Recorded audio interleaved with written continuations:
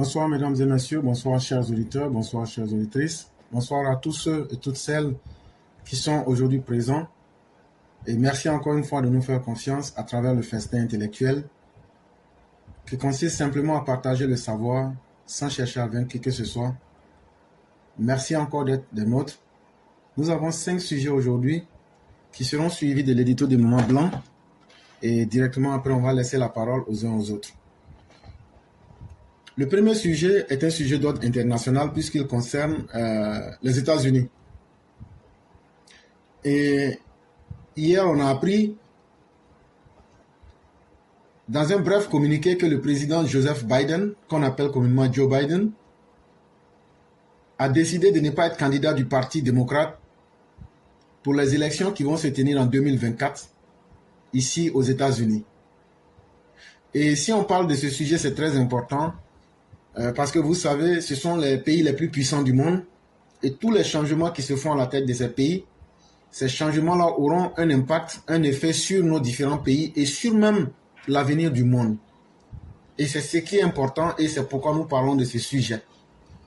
Et donc, effectivement, ce n'était pas une question de quand, mais c'était une question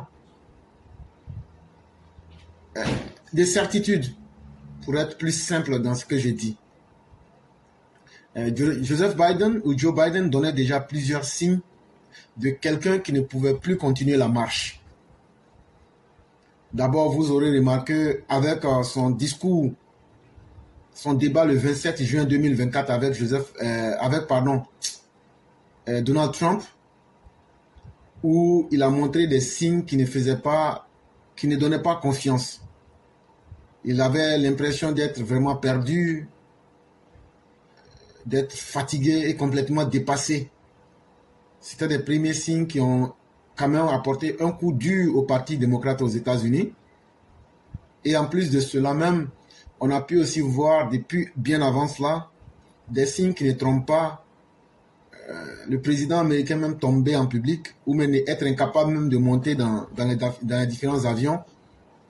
Et donc, il y a autant de signes qui ont permis de savoir que l'homme n'était peut-être pas au mieux de sa forme et que peut-être il était temps pour lui de pouvoir arrêter la course. Mais en plus de tout ça aussi, il y a eu le Covid aussi, qui a été aussi déjà assez crépusculaire pour Joseph Biden et ça l'a beaucoup affecté. Et donc, pour simplifier la situation, c'est quelqu'un qui savait lui-même qu'il ne pouvait pas être un candidat assez solide pour le Parti démocrate. Et il a donc pris la résolution ferme de déclarer qu'il laisse la place à Mme Kamala Harris de pouvoir être la candidate des démocrates aux élections à venir à partir de novembre 2024 aux États-Unis. Ça serait une première chose si Mme Kamala Harris était élue. Et sachez que Mme Kamala Harris est actuellement Kamala Harris est actuellement la vice-présidente des États-Unis. Ce sera aussi quelque chose d'assez extraordinaire de voir une femme à la tête de la nation la plus puissante au monde. Et donc, c'est quand même un événement qui nous laisse assez d'imprévu dans la mesure où j'avais prédit la défaite. Bon, c'est difficile à le dire, mais il faut être réaliste. Je prévois quand même dans tous les scénarios la défaite du camp démocrate. C'est difficile à le dire pour le démocrate que je suis. Mais toujours est-il que quand même, il faut sans complaisance et sans état d'âme être capable de lire. Et je crois, quand il y a eu l'attaque contre Donald Trump, j'avais dit comme ça que Donald Trump venait de gagner les élections. Sauf erreur ou bien sauf changement cataclysmique, Donald Trump, il est fort possible aujourd'hui que son capital sympathie ait augmenté. Et Joseph Biden a fait une erreur historique en présentant lui-même ses sentiments en public après le malheureux incident qui est arrivé à Donald Trump. Normalement, techniquement, il n'aurait pas dû. Il aurait dû laisser peut-être la porte-parole de la Maison-Blanche ou bien un parti du membre du Parti des démocrates faire le communiqué à sa place. Mais à partir du moment où lui-même il est sorti, ce qu'il a fait n'est pas mauvais. Quelqu'un ne peut pas être attaqué et on va le soutenir. Mais politiquement parlant, ça a desservi, ça a déshérité son parti. Et les gens se sont dit, pour tous ceux qui savent lire entre les lignes, voilà, ça n'est fini. on vient même de donner, parce que c'est comme si lui-même il apportait son soutien à Donald Trump. Et donc en faisant ça, ça augmente forcément le capital crédit de Donald Trump et ça crée la confusion même dans le parti républicain. Et donc il y a eu toute une série, tout un enchaînement d'événements qui n'ont pas été favorables au parti démocrate depuis ces derniers temps. En plus de cela, pour ceux qui savent analyser aussi, le président Joseph Biden aura été quelqu'un de trop neutre. Et ce n'est pas bon quand tu es le dirigeant d'une nation des plus fortes au monde. Ça étonne beaucoup, mais lorsqu'on réfléchit politiquement, on ne réfléchit pas humainement. On ne réfléchit pas avec les sentiments, on réfléchit avec les actes et les intérêts que les actes procurent. Et donc, voyez-vous, quand tu as été, ou mais tu as encore, et il faut bien le signaler, il dit simplement qu'il ne sera pas candidat de son parti. Cela ne veut pas dire qu'il ne va pas continuer à exercer ses fonctions de président des États-Unis. Donc, il faut lever l'amalgame. Il va toujours continuer à faire ses fonctions de président, il va les exercer, seulement qu'il ne sera pas candidat pour être réélu. Donc, pour revenir à ce sujet-là, l'histoire des grandes nations a toujours montré que lorsque un dirigeant, lorsque ta nation est considérée comme la plus forte et que le dirigeant est trop doux ou trop neutre, l'empire ou bien l'État qu'il dirige finit par s'affaisser. Et c'est ce que nous avons pu voir avec Joseph Biden. Il était trop neutre. Il était trop neutre, surtout sur les questions internationales. Et ça a posé un véritable problème. Ce qui fait que pour nous qui sommes aux États-Unis, vous aurez remarqué que c'est un président, il n'a fait ni le bien ni le mal. Parce que ce qui fait la caractéristique des pays développés, comme la France, les États-Unis ou tous les pays développés que vous connaissez, c'est que ces pays-là, on ne vote plus des présidents pour venir construire. On ne vote plus des présidents pour venir faire quelque chose de nouveau. On vote des présidents pour venir continuer le système et pour essayer, si possible, d'améliorer l'avenir. Alors que nous, en Afrique, nos présidents sont élus pour venir répondre à nos besoins du moment. Voilà la grande différence entre nos présidents des pays sous-développés et les présidents des pays développés. Et donc, quand tu es le président d'un pays déjà développé, ce qui concerne l'aspect intérieur, c'est secondaire parce que tout le système est déjà tellement bien calibré que tu n'as pas grand-chose à faire là-bas. Mais c'est comment assurer la survie de ton État, de ta nation, à partir de l'extérieur. C'est ça qui devient ton combat. Et c'est là que vous voyez une très grande différence entre un président qui est jugé négatif comme, comment il s'appelle déjà, George Bush, je parle de George Bush fils, et même le père, c'est presque la même politique, on peut les assimiler là. Et puis Donald Trump. Vous voyez par exemple, on va vous dire certaines choses, ça peut choquer certains, mais c'est ça l'histoire du monde. Lorsque on a accusé l'Irak d'avoir des bombes, des armes de destruction chimique, ce n'était pas vrai. Lorsqu'on a dit certaines choses, il y a beaucoup de choses, je n'aimerais pas rentrer dans les détails, mais ce n'était pas vrai. Mais on avait besoin du pétrole et on avait besoin d'annexer certains États pour changer, bouleverser l'ordre mondial. Et donc, pour atteindre cela, ce n'est pas la morale qui compte, mais ce sont les résultats qui comptent. Et donc, aux États-Unis, par exemple, tous ceux qui sont dans la réflexion politique te diront que George Bush a été un bon président parce qu'il a fait le sale boulot qui lui revenait de droit. Mais par contre, quand on prend Joseph Biden, sur les aspects internes, même quand on prend Obama, par exemple, Obama a fait beaucoup d'exécutions à partir de la maison ovale. Et c'est sous Obama aussi qu'on a tué, je crois, si je ne me trompe, qu'on a tué aussi Ben Laden, etc., etc. Et aussi beaucoup de choses comme ça.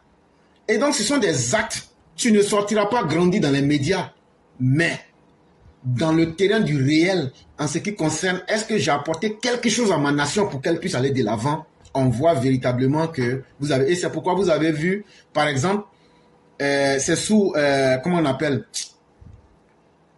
George Bush, qu'on a fait exécuter Saddam Hussein un beau matin, etc., etc. Quelles que soient les conditions, ça a été fait. Et ça a bouleversé l'ordre là-bas. Et l'objectif n'a pas été totalement atteint puisqu'on devait diviser l'Irak en 5 pays, etc., etc. Tout ça, ce sont des détails. Mais une chose est évidente au moins, on a pu prendre le pétrole, on a pu prendre tout ce qu'il faut et ça nous permet de continuer à vivre. Ce que je suis en train de vous dire, je vous parle en tant qu'un homme qui réfléchit politiquement. Je ne vous parle pas dans les sentiments. Ça ne veut pas dire que je suis inhumain Mais je suis en train de vous dire aussi que pour vivre, il faut vivre de quelque chose. Et donc, pour vivre de ce quelque chose-là, tu n'as pas honte. Tu dois te nourrir sur le dos de la bête. Et donc, voilà un peu comment les grandes nations fonctionnent. Il faut qu'elles exercent leur domination, leur puissance sur d'autres nations. Une fois que le dirigeant à la tête d'une nation forte n'arrive plus à avoir cette capacité-là, quel que soit ce que tu feras, même si tu essaies d'avoir une politique de conciliation, une politique de justice et d'égalité dans ton pays, tu n'atteindras pas les objectifs. Et c'est ce qui est arrivé à Joseph Biden. Est-ce que c'est son âge? Pas forcément. Parce que quelqu'un peut être vieux, on a vu des présidents plus vieux que lui continuer à gérer et à prendre des bonnes décisions. Et contrairement à ce que beaucoup pourraient penser, là je suis dans l'analyse pure, je pense que c'est une défaillance de son entourage. Je pense bien que c'est une défaillance de l'entourage même de M. Joseph Biden, qui n'a pas su comprendre les enjeux et les intérêts du moment, surtout à l'international. Parce qu'il a eu à faire beaucoup de dégâts avec, par exemple, l'expansion russe en Afrique, l'expansion russe dans le Moyen-Orient, à travers la Syrie, et l'expansion russe à travers beaucoup de nations aujourd'hui. Ça a permis aux Russes de reprendre conscience. Et ça, on voit aujourd'hui les conséquences partout. Et donc, quand on met tous ensemble, et vous savez que le Parti démocrate, comme tous les autres partis dans les pays développés, il y a plusieurs segments. Il y a plusieurs segments. Et lorsque le leader n'arrive pas à avoir une politique de fermeté et de clarté, ça finit par décourager tous ceux qui sont à côté. Et donc, les différents segments du Parti démocrate, les gens ont fini par perdre confiance en Joseph Biden, à sa capacité d'être un dirigeant ferme. Mais ce qui a fait ressortir tout ça au grand jour, c'est quand on va le voir trébucher, tomber sur une tribune un jour, on va le voir être incapable de monter sur les escaliers de Air Force One, qui est l'avion présidentiel, ou bien encore même souvent, on lui parle et puis tu as l'impression qu'il rêve quelque part, ou bien qu'il n'est plus là. Mais ce qui est encore venu en plus de tout ça, apporter l'estocade finale, ça sera bien sûr en juin, comme je venais de vous le dire, le 27 juin 2024, quand il a tenu un débat avec Donald Trump, il a montré qu'il était déjà complètement fissuré et incapable même de dissimuler même toutes ses vulnérabilités. Et donc à partir de cet instant-là, tous les démocrates ont compris qu'il y avait la peur dans le camp démocrate et la frustration et même la colère, parce qu'on ne s'attendait pas à cela et on se disait mieux. Maintenant, on est en train de voir l'avenir avec qui? Avec Kamala Harris. Kamala Harris, c'est déjà un très bon élément. Si nous arrivons à renverser la tendance contre Donald Trump par rapport aux derniers événements où il a été flingué, mais à moitié. Et donc, le capital sympathie de Donald Trump est monté. Mais ce qui est intéressant, si Kamala Harris sait où mettre les pieds, elle va relever un défi que Nancy Pelosi et même, je dirais, Mme Clinton n'ont pas pu. Ce serait très important. Parce que Mme Clinton, par le vote ordinaire direct, elle avait gagné de plus de 3 millions de voix. Mais il y a un système qu'on appelle aux États-Unis le vote des grands électeurs, où ce sont des personnes qui se réunissent et qui élisent le président après l'élection générale. C'est ce qui a fait gagner Trump. Mais toujours est-il qu'aujourd'hui, on a toujours soif de l'inconnu. Ça fait partie de la nature humaine qu'à un certain moment, ce que tu n'as jamais vu ou ce que tu n'as jamais expérimenté, tu as envie de voir ça et d'expérimenter. Et au nom de cette réalité-là, Kamala Harris, en tant que femme, devient un peu comme un mystère. Et elle est posée, elle a de la vision, et elle est un point de rencontre entre plusieurs civilisations. Ça va beaucoup l'aider, comme un peu cela a été le cas pour Barack Obama. Quand je parle d'un point de rencontre entre plusieurs civilisations, elle est indienne et en même temps noire.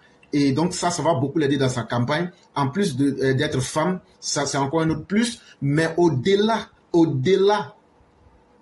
on pense encore que ceux qui veulent essayer un saut dans l'inconnu avec ce qu'on n'a jamais expérimenté, quand on met tous ces éléments ensemble, si elle a le bon discours politique et si elle a les éléments de langage politique qu'il faut, elle peut mettre Trump en difficulté. Et donc on attend de voir ce que demain nous réserve.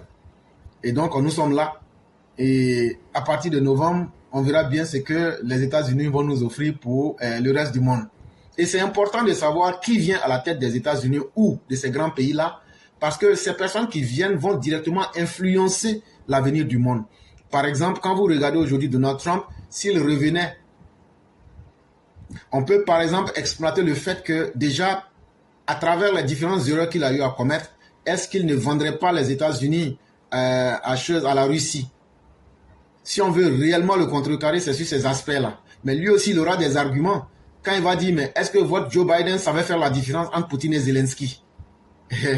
Donc, voyez-vous, ça sera un jeu qui ne sera pas facile. Et surtout que Donald Trump a une propension, à l'habitude d'être un homme sans limite et un homme misogyne. Je crois que si Kamala Harris a profité de cela, elle va mettre derrière elle tout le puissant lobby des féministes qui vont faire des campagnes pour elle. Il faut seulement exploiter les erreurs politiques de Donald Trump qui est contre le féminisme et qui est même, je dirais, même misogyne. Si elle sait exploiter et mettre Donald Trump en situation, elle pourra très bien exploiter cela et apporter vraiment sa touche. Comme nul ne peut prévoir l'avenir, ce qui est évident, c'est qu'il y aura des élections et ça sera probablement Kamala Harris contre